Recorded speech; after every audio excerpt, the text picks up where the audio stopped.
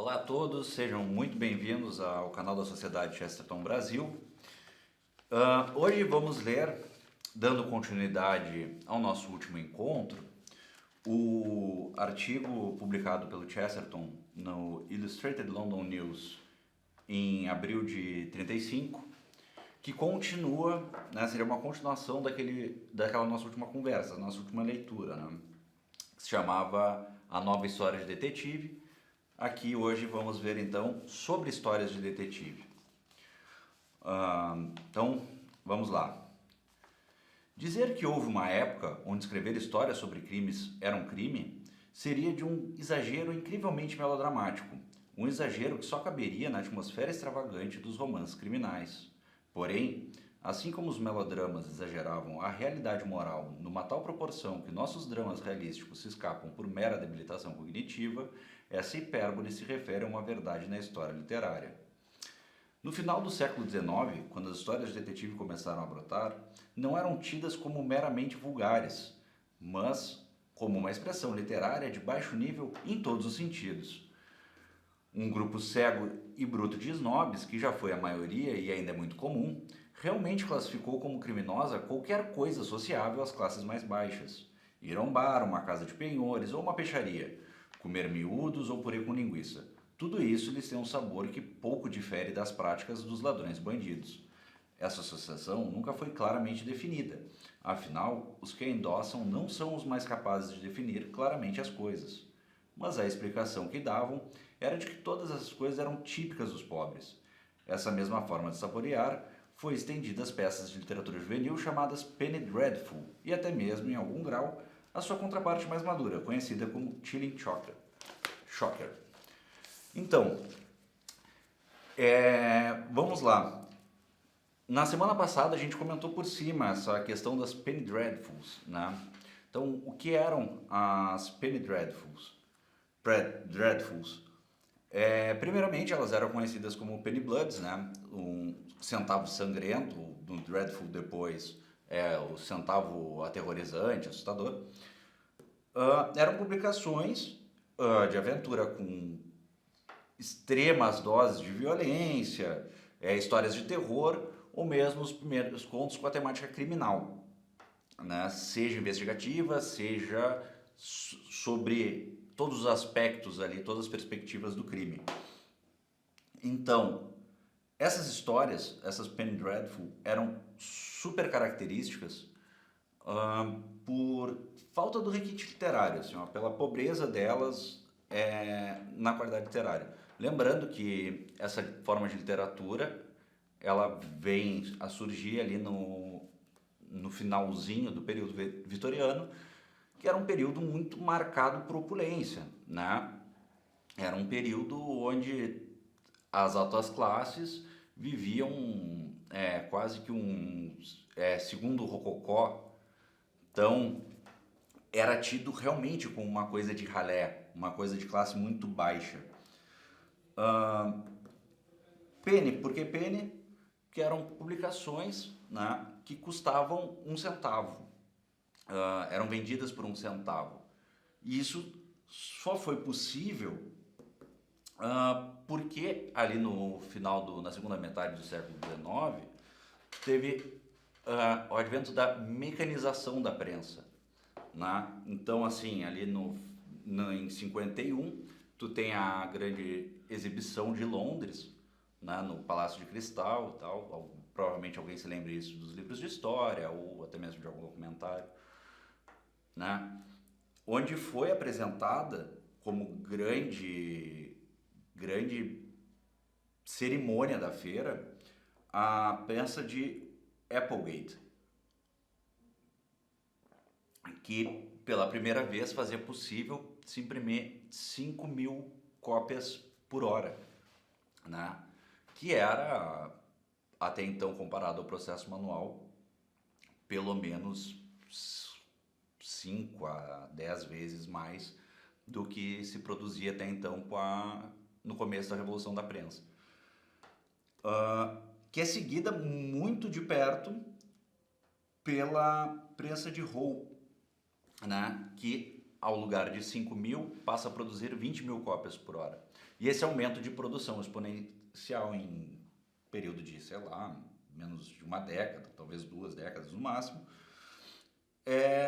faz com que essas histórias de 8 a 16 páginas, lembrando, né, que uma página de um livro, de um livreto, ela é uma folha dobrada ao meio e tens esses pares de folhas, né? Então aqui eu tenho 4 páginas, mais 2 pares ali, então botei ali de 8 a 16 páginas e formam uma apresentação muito barata de ser produzida, né? E claro que, como era uma coisa muito curta de se ler, muito rápida de se ler, precisava de muitos autores, né? E era uma coisa de circulação muito rápida, muito fugaz. Então eram essas histórias com muito foco nessas questões chocantes e tal, né? Isso pensando, né, que é antes do jornal diário, né, do boom do jornalismo mesmo. Então, assim, a gente tem que ter uma perspectiva de que era talvez o equivalente a um shorts aqui do YouTube, né? Ou algo assim, que a pessoa tinha como consumir esse entretenimento. E era raso de barato, né? Não tinha uma grande... Era uma coisa para ser vendida por volume e com uma troca muito rápida, né? De material. Então não era uma história, uma grande história a ser republicada por diversas vezes. Era uma história curta ali por semana, né? por período, que era veiculada para as pessoas terem como entretenimento, né? E bom, por que teve esse sucesso, né? Mas espera aí, então era uma história mal escrita e tal, era passatempo, mas mas o pessoal sabia ler. Então, 1870 é o Elementary Education Act na Inglaterra, onde se passa a ser obrigatório o ensino, né, a escolaridade para as crianças dos 5 aos 12 anos, né, em idade de alfabetização. Então, que já é o fim, né, de todo um movimento de educação, que observava muito que na Inglaterra não reproduzisse o que aconteceu na França, né, com os movimentos revolucionários. Então, havia-se na Inglaterra essa noção de que o povo educado não seria convidado às barbáries revolucionárias. É verdade? Não é? Não sei. Acho questionável, mas é a história como foi. Então, assim vai se dando essa questão das Penny Dreadfuls, né? Que são... Por que eu estou dando essa atenção para isso? A gente vai vendo o artigo e porque realmente se for trabalhar isso aqui, e acho que cabe, se tiverem interesse, comentem aqui, mas são elas que vão ser o grande berço desses gêneros mais modernos de literatura. Em especial, para nossa atenção aqui, né, para quem vem acompanhando o canal nos últimos tempos, para as histórias de detetive. Então, as histórias de mistério, de crime, enfim, todo esse caminho. Retomando o nosso texto aqui. Talvez seja conectado, mesmo que indiretamente, o fato de que na França, onde as longas novelas policiais começaram sistematicamente, também começou a polícia. E os mais gentis que costumam liderar a cultura, pelo menos na Inglaterra, estavam dispostos a pôr uma pecha de brutalidade doentia, se não sobre a nossa polícia, certamente sobre a polícia francesa, a gendarmerie. Bom, vamos lá.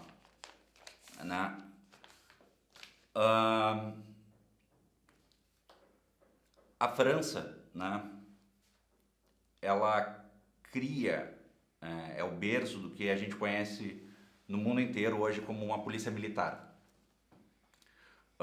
Gendarmerie, né, gendarme, vem de gendarme, homem de armas, que era um nome que levavam todos os cavaleiros, desde aqueles que policiavam a vida cotidiana nas regiões rurais, a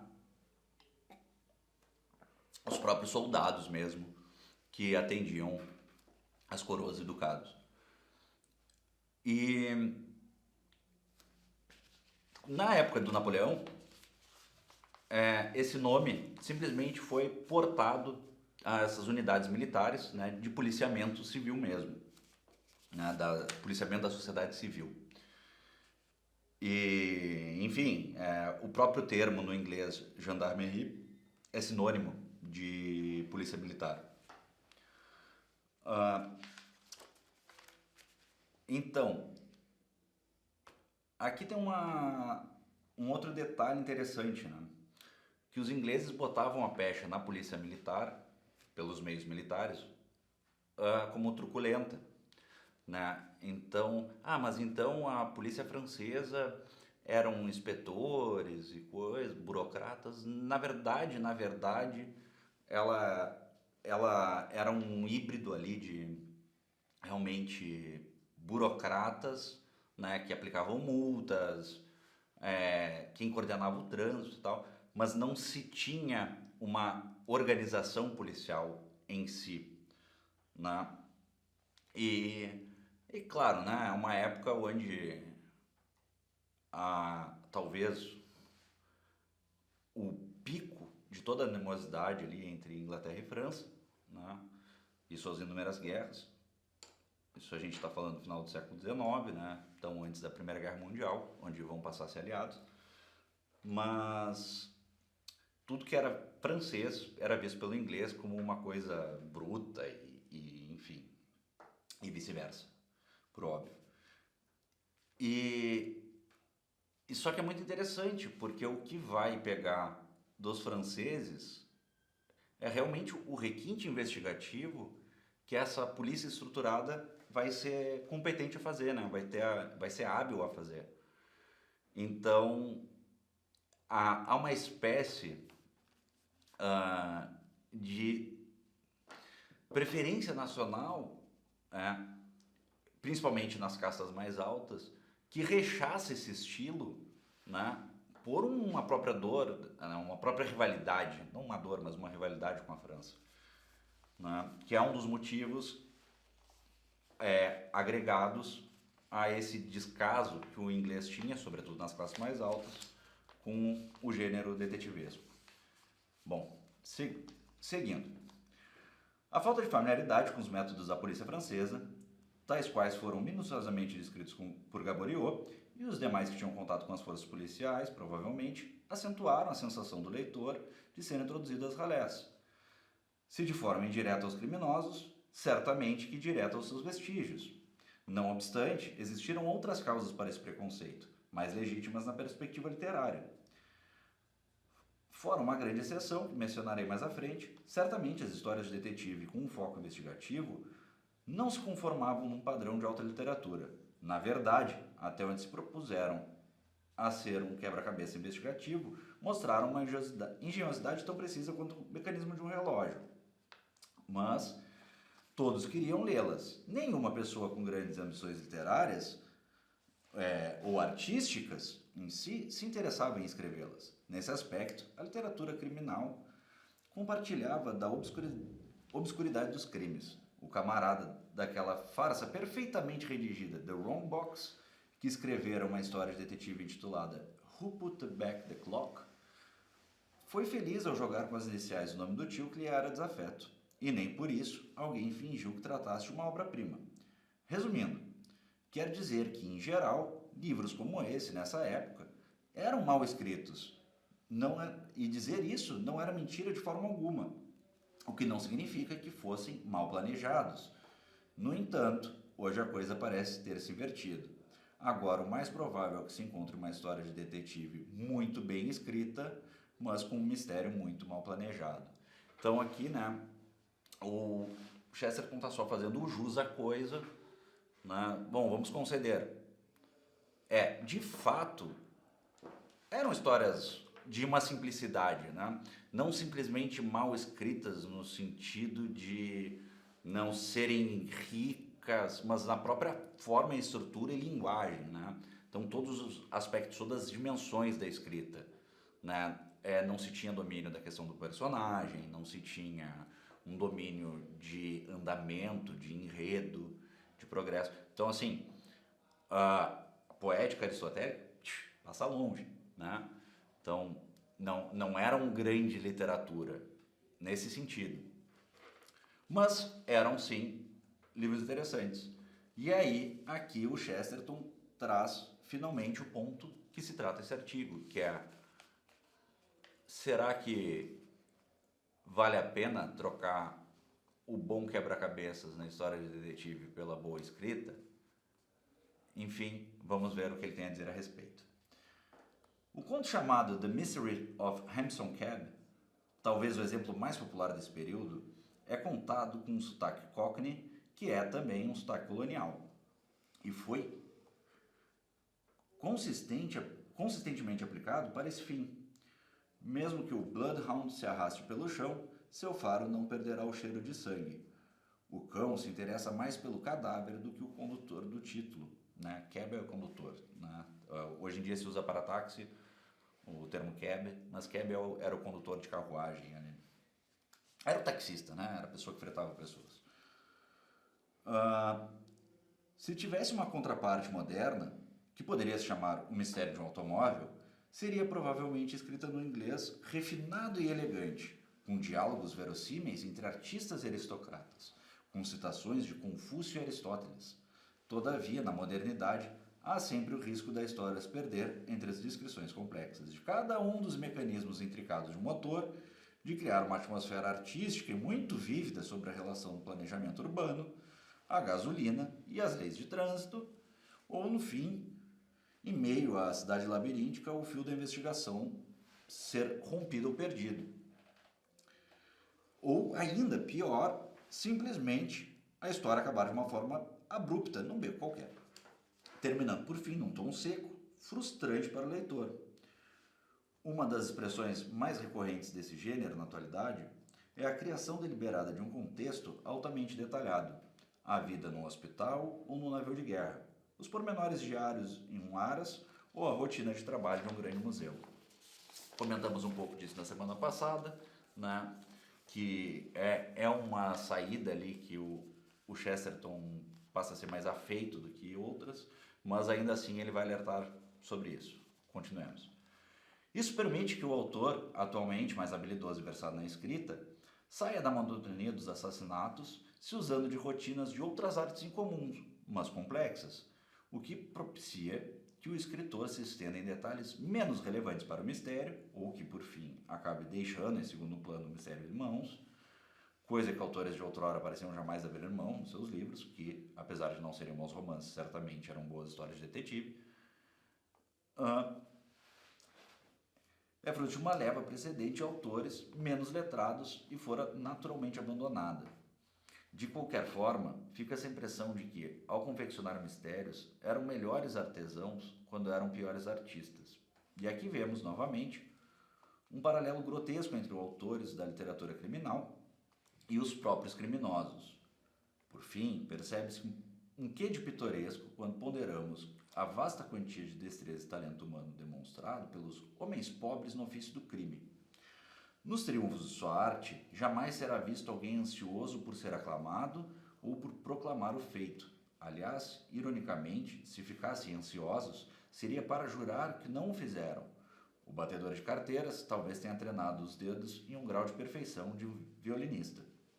O falsificador dominou copiar um objeto com maior minúcia que o pintor de retratos. E, não por falta de habilidade, mas por falta de ambição pela fama e glória, que esses tipos ficam de fora dos anais da história.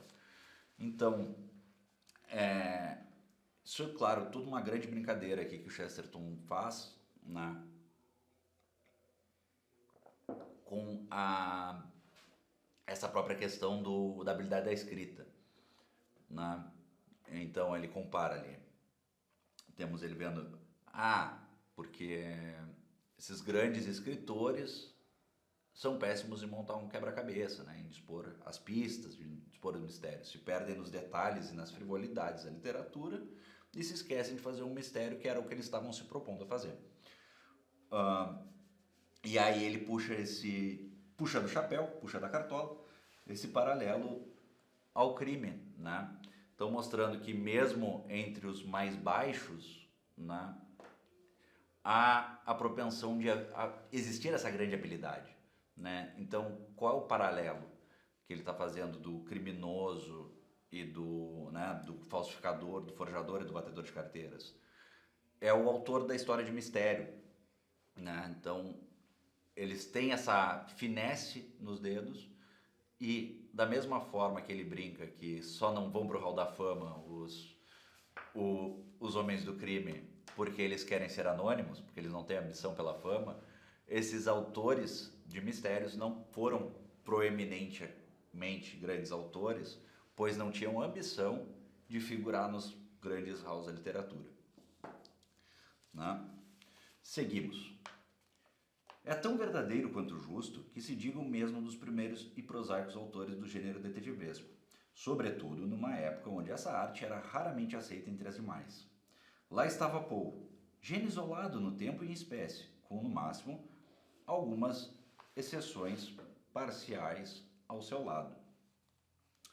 Mas eles se destacavam por diversas formas do estreitoscopo da arte da investigação, a qual comentei no começo. Stevenson, ao construir a história que poderia parcamente ser chamada de novela policial, admitiu que a sua tentativa de posicionar a temática policial em contextos complexos, povoados de personagens mais humanizados, não era novidade alguma. Foi precedida pelo trabalho tardio de Dickens. Naquele ponto, tanto Bleak House quanto Our Mutual Friend já tinham sido reconhecidas como histórias de mistério, mesmo que, como era típico de Dickens, a história em si fosse muito melhor do que o mistério que continha. Ainda considero que seu último livro foi, definitivamente, uma história de detetive, mesmo que esse aspecto da trama nunca tenha sido desvendado. Peço desculpa aqui por ter me enrolado, mas foi uma anotação que eu fiz ao traduzir o artigo, que ao tempo, né, não é segredo para ninguém a apreciação de Chesterton por Dickens. Inclusive, se vocês conferirem na nossa livraria, podem encontrar Dickens, uma biografia feita por Chesterton.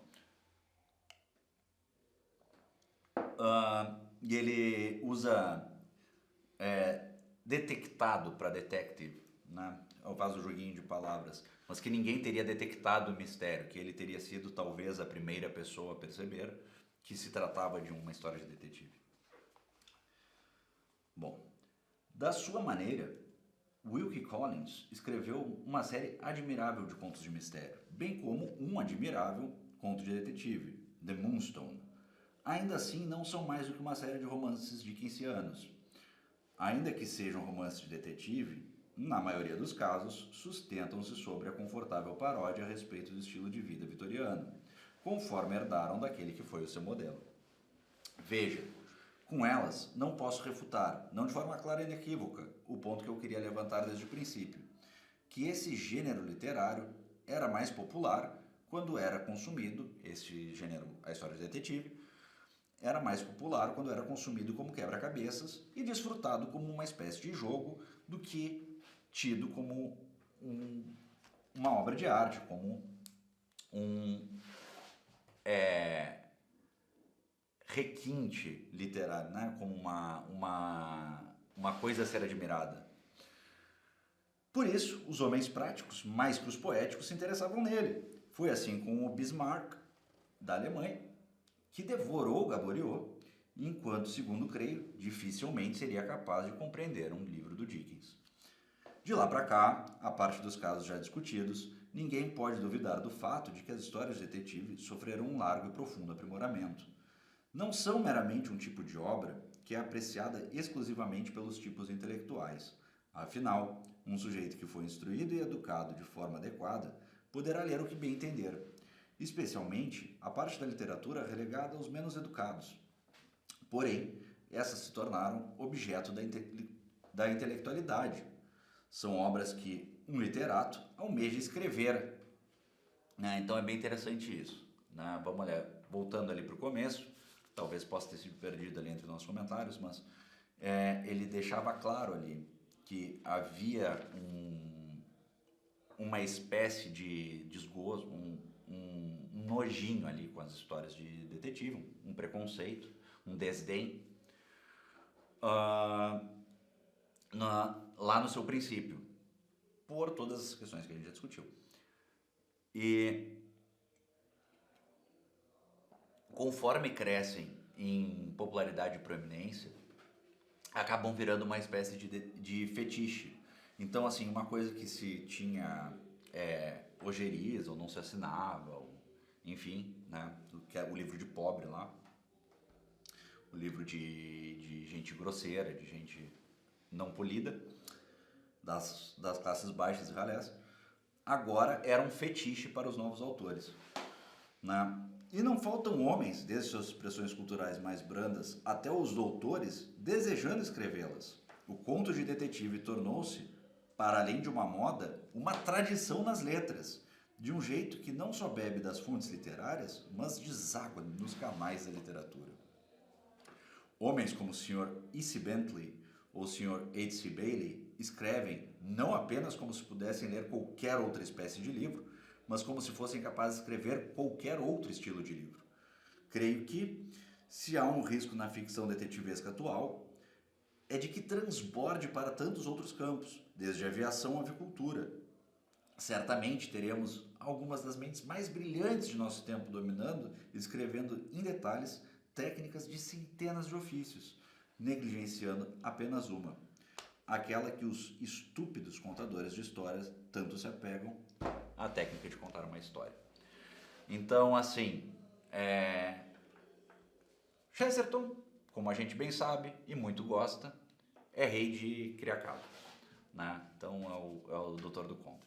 Se antes ele era desafeto às classes mais altas por tratarem como lixo as histórias de detetive, agora ele é afeto às classes intelectuais que abraçam as histórias de detetive, porém as descaracterizam, né? Então, para ele, assim, há